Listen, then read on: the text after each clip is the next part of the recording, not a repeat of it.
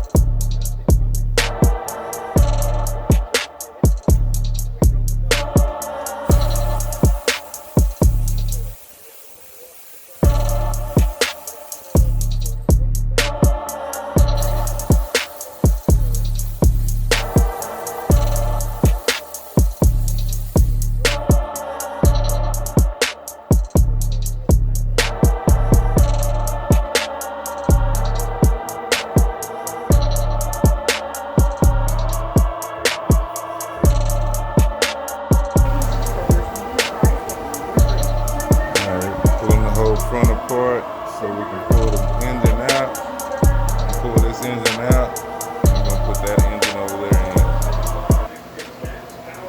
in. So we're pulling this all apart, pulling the whole front apart, make it easier for me. Let's go. Let's do it.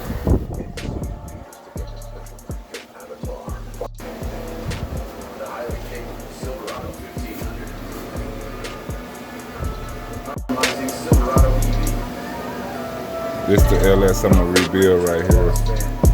Gen 4. I'm gonna rebuild it. And, put a cam in it.